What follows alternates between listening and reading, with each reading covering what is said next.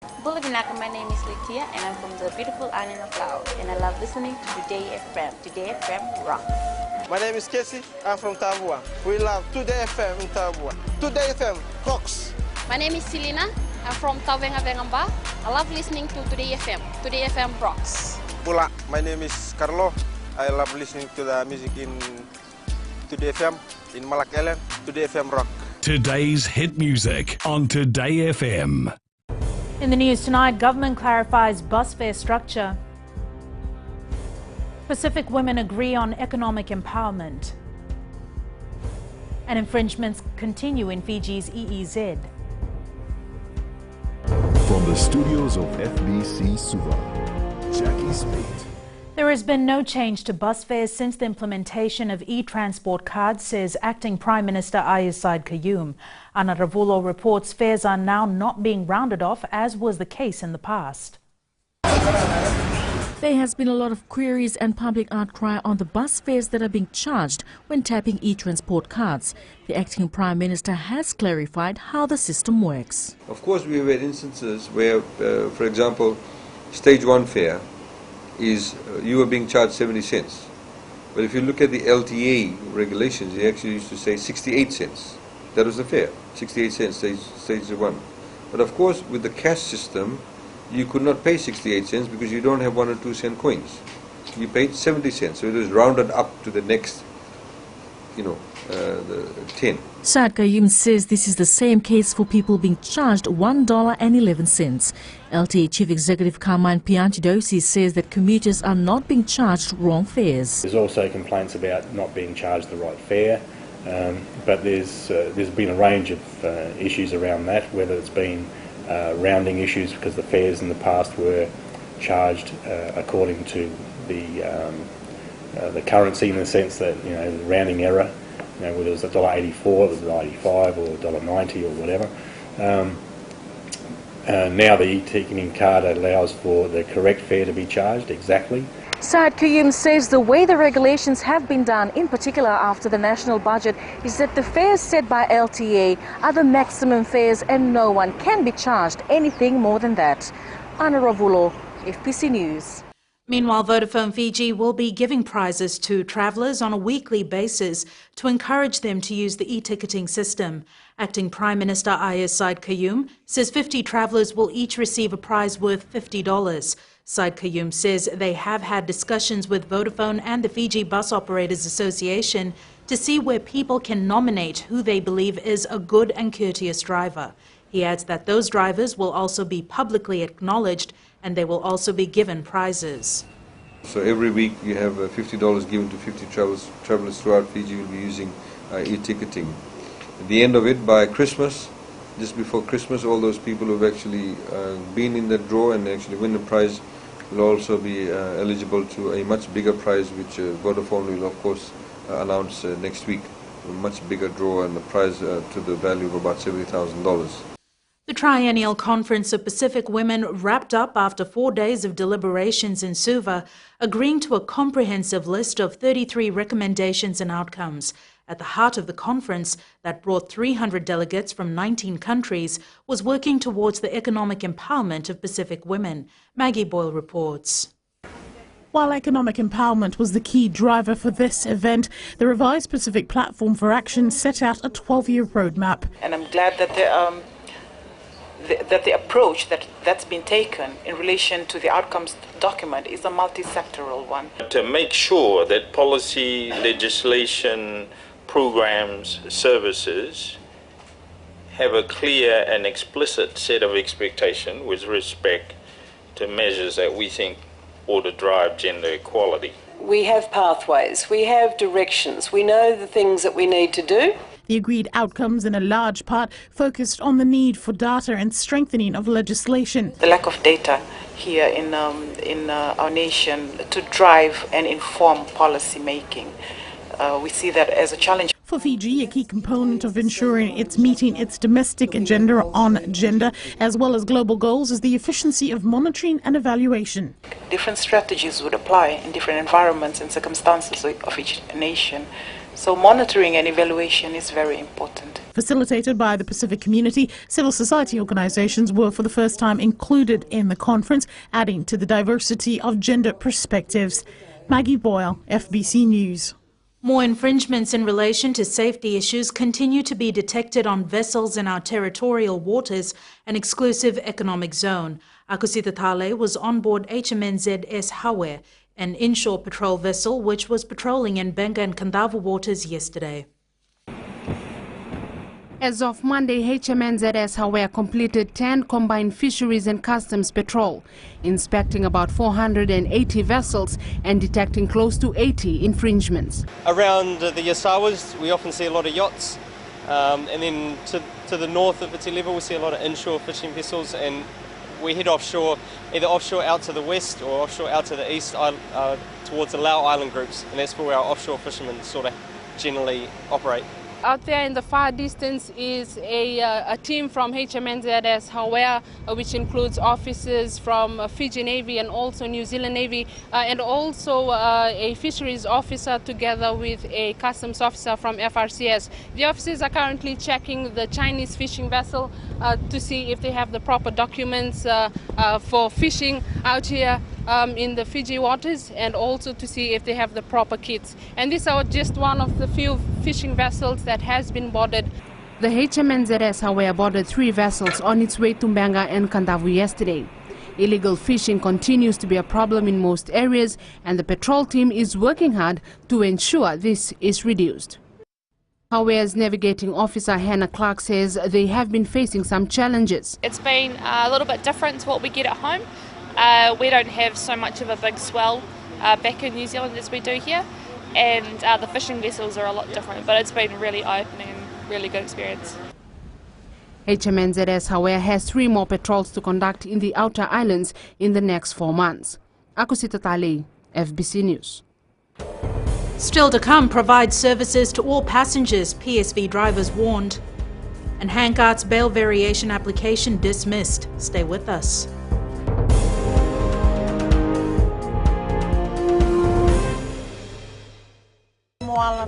Ranalika, o tikongon na tao no Singapore, ando talisaka na wakaronga ng Bull FM, number 2 na sere.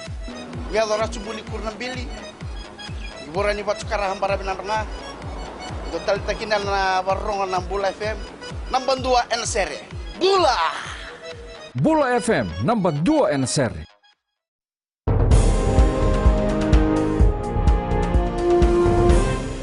Public service drivers must provide service to all passengers, including people with disabilities. The warning comes from the Land Transport Authority after receiving a number of complaints against PSV drivers who have refused to let people with special needs board buses or hire taxis. Kelly Vadala reports.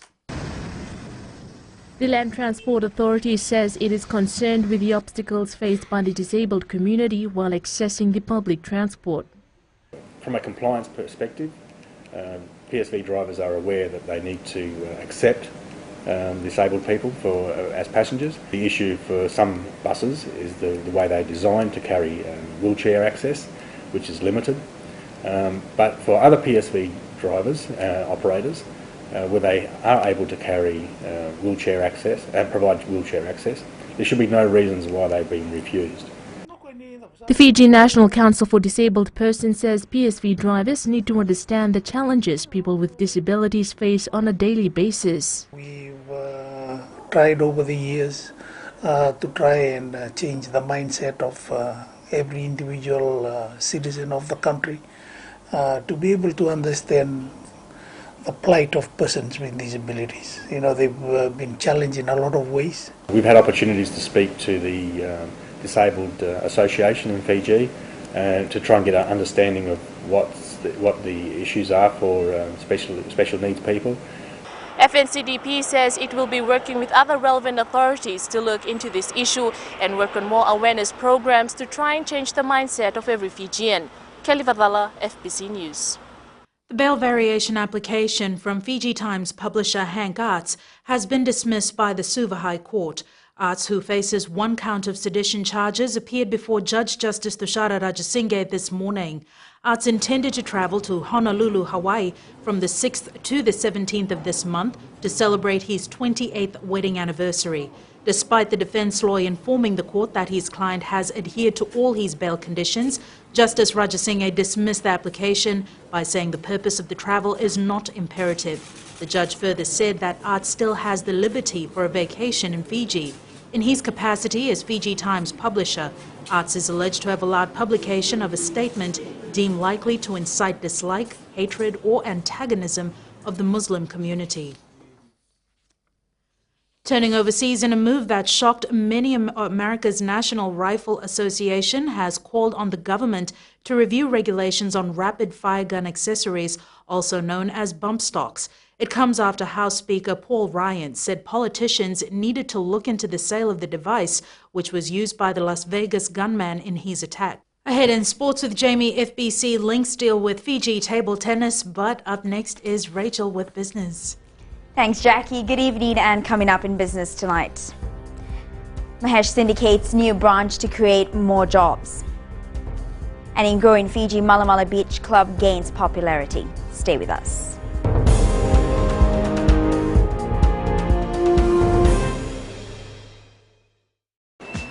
I'm another sort of of Nayabu whenever I want to tune in to listen to great music, I always tune in to my favorite radio station, Gold FM, only the classic. My name is Lita. We love listening to Gold FM here at the Fiji Hideaway Resort and Spa. Gold FM, only the classic hits. We here at Kano Waterfront Lautoka love listening to Gold FM, only the classic hits. Gold FM, only the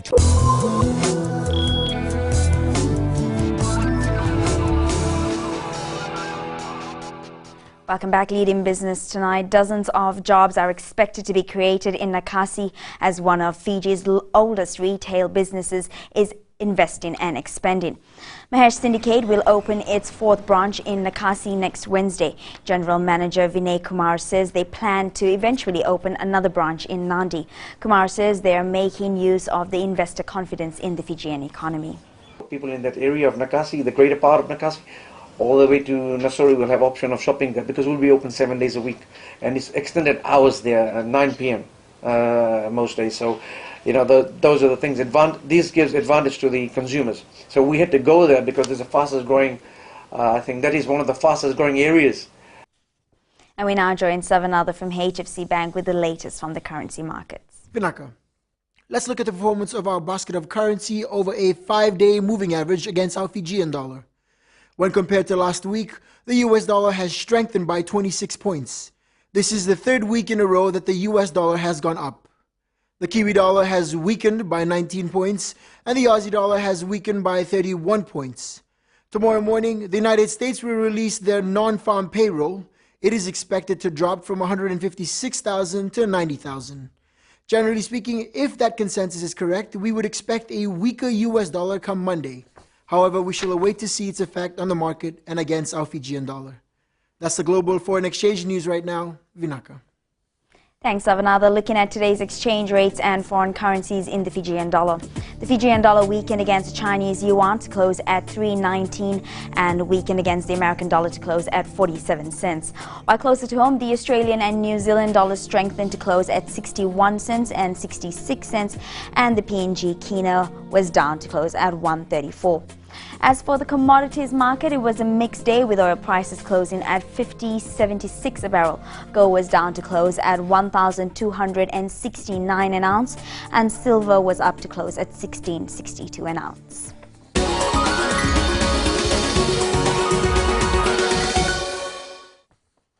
And in growing Fiji tonight, the newly opened Malamala Beach Club has performed extremely well into its 1st month of operation. Malamala Beach Club is a subsidiary of the Fijian Holdings Limited, and its group chief executive Nazab Farid says they have received positive feedback. Farid says FHL is planning to establish more luxury day cruises in the near future. Malamala Beach Club is a luxury day cruise that is located 30 minutes out of Denarau. The people from Namatomoto village in Nandi are very happy. So that is what we wanted. We want to show to this country a Matangali can work with a corporate and there can be a profitable situation, a win-win deal.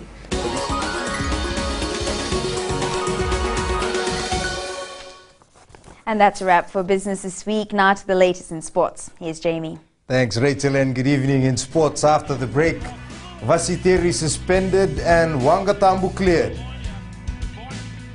And Lautoka Import ready to represent his new club. This and more coming up.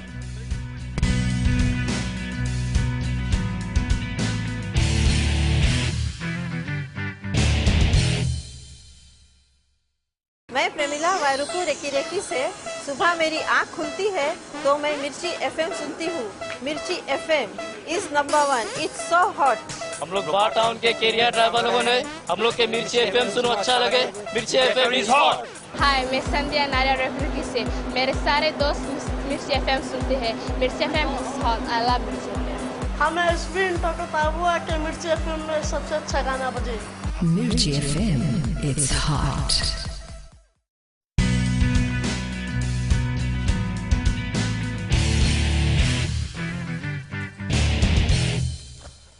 Fijian back Eroni Vasiteri has been suspended for 9 weeks after an incident in the National Rugby Championship last Friday. With home ground advantage, the Lautoka football side will be a tournament favourite going into the court's inter-district championships next week. The Blues, already laced with a number of local football stars, have also been boosted with the inclusion of Australian-based striker. Vaishnav Prasad reports. Lautoka's latest high-profile import, Australian-based Majok Piok, is ready to experience the autonomy of Fijian football. The 25-year-old, originally from Sudan, has been gelling well with his new teammates. So things are going well, especially with the boys here. We're gelling in together. And yeah, it didn't really take that long because obviously we speak the same language, and that is football. He has also started to realise the expectation from the fans ahead of the IDC next week. I was wearing a black shirt and they were like, oh no, you have to get a blue shirt. So the next day I came back and I was wearing a blue shirt. Players like Piok, Poasa Bainivalu and Edward Justin have made the cut into the final squad. Veteran defender Iletia Tuilau says they have been working hard to build a winning combination. We are adjusting to all the boys that has come on board to join the Lautoka team. With the Vodafone Premier League title in bag, the star-studded Lautoka side wants to win the biggest tournament of the year to round off the season on a high. We are working hard. We're not taking any team lightly. All teams are good, especially in our pool. And we are doing a very hard work for this tournament. Lautoka opens its campaign at the IDC against Suva at 7:30 p.m. on Tuesday. Vaishnav Prasad, FBC Sports. Expect fireworks when the Fiji Mbati residents take on the overseas Mbati to determine the final squad for the Rugby League World Cup next month. Both teams rounded up their preparations today and are urging fans to come out in numbers for the match dubbed Fiji's very own State of Origin. Ironi Tuinuku reports. The war of words between both sides indicates what is in store for tomorrow.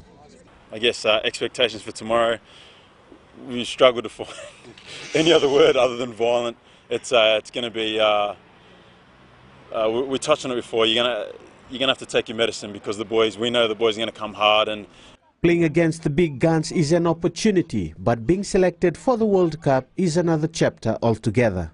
Fiji, it's every local childhood dream to play against NRL boys. They're coming with NRL boys.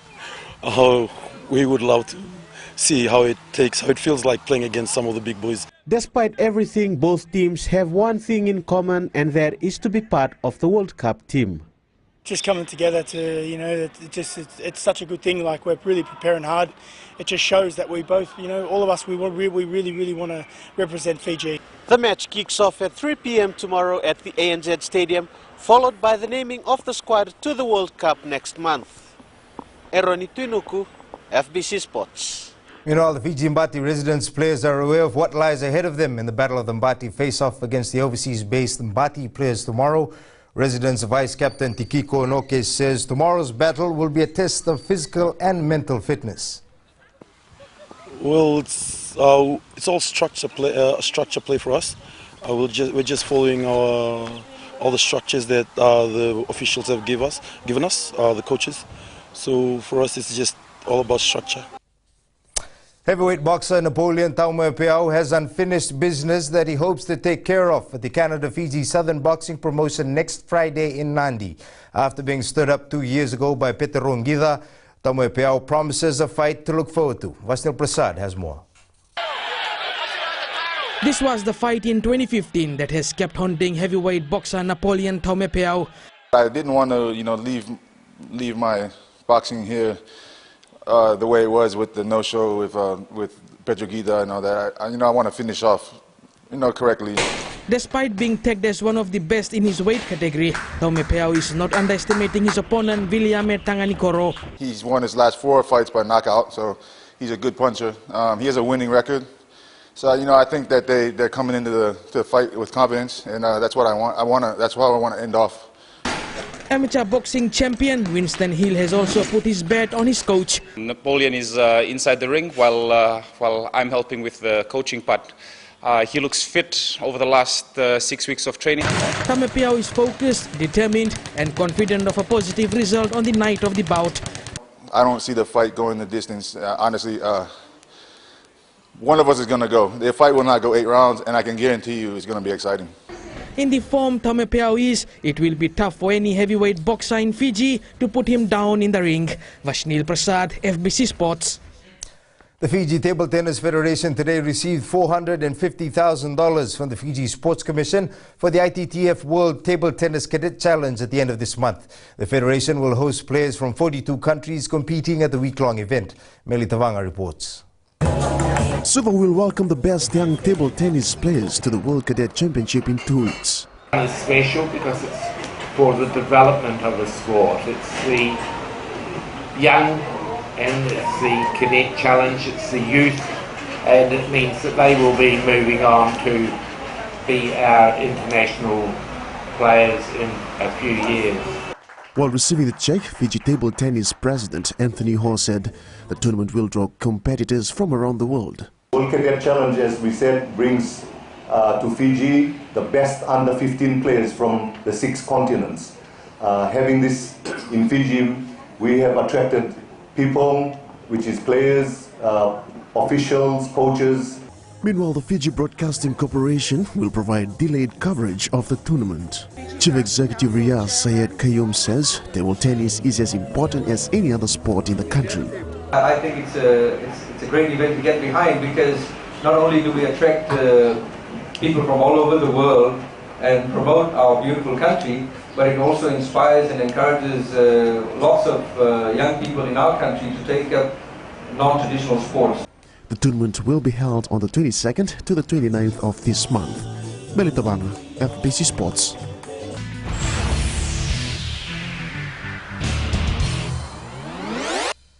Harry Kane secured England's place at the World Cup by scoring in stoppage time this morning to seal a 1-0 victory over Slovenia.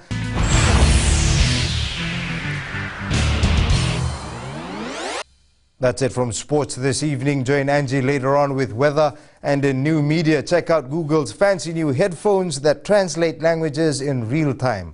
That's coming up.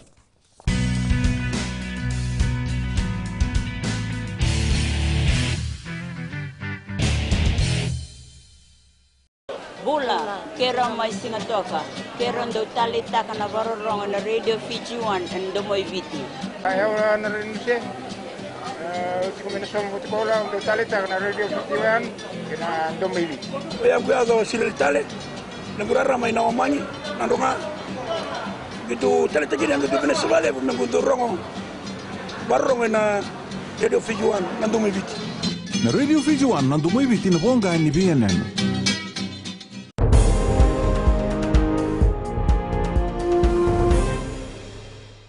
Google shows off wireless headphones that it says can translate languages on the fly. Google says this wireless headphones will be on sale from November. It's weather time now with Angie.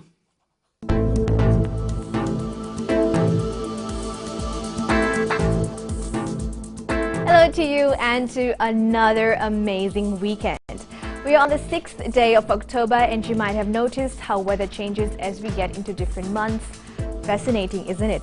For today, some of us enjoyed sunshine while others had rain and most of us had a bit of both. Looking at the west, Little rain which cleared off to a sunny day. Eastwards from Pekhava to Suva, a bit of sun and rain and more is expected tonight. And up north, an overcast day. Now, where's the hot sun at? At sea, southeast winds 20 to 25 knots, winds gusty at times with rough seas. And for the tides, high tide tomorrow morning will be at 7:16 with low tide at 1:22. See the beauty of sunrise at 5:44. For tomorrow, get along with your plans as we're in for a beautiful sunny day. Tomorrow's temps, the soccer town Ba will be the hottest with highs of 31 degrees. And looking further into Sunday, a much clearer day is indicated. And that's all from the FBC Weather World. Jackie. Thanks so much, Angie, and have a lovely weekend. On Fiji on Pulse today, we asked, who should captain the Fiji Mbati to the Rugby League World Cup?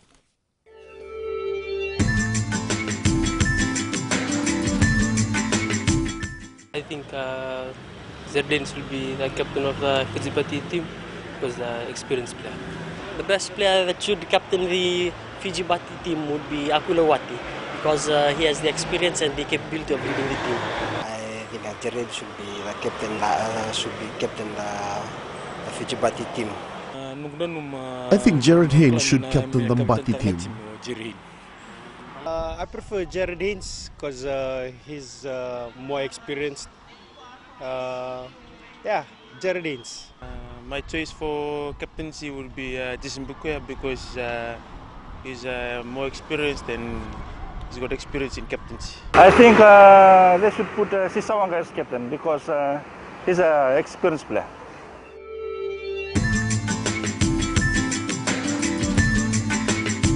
As electric-powered cars are rapidly gaining popularity, the last frontier in private transportation is also opening up to alternative, eco-friendly power. Recapping the main stories, government clarifies bus fare structure, Pacific women agree on economic empowerment, and infringements continue in Fiji's EEZ. For these stories and others, you can tune in daily to our sister radio station Gold FM. To our poll question this week, we are asking, do you think e-ticketing makes bus travelling more efficient? Visit our FBC website to answer. Before we go, our shot of the day, the beautiful shot of a crab camouflaged on the coast in Savu Savu, sent in by Monishka Narayan. We'd like to encourage all our viewers to send in more pictures of our beautiful Fiji, whether it's our tropical flowers, stunning waterfalls, maybe a visiting cruise ship, or even your favorite pet. Just send them through to email fbcnews@fbc.com.fj or share it with us via Facebook page FBC News. You can also follow and tweet us your news tips at FBC_news or simply hashtag FBC News. That was your FBC News for tonight. From the team and I, have a safe and enjoyable weekend. Bye for now.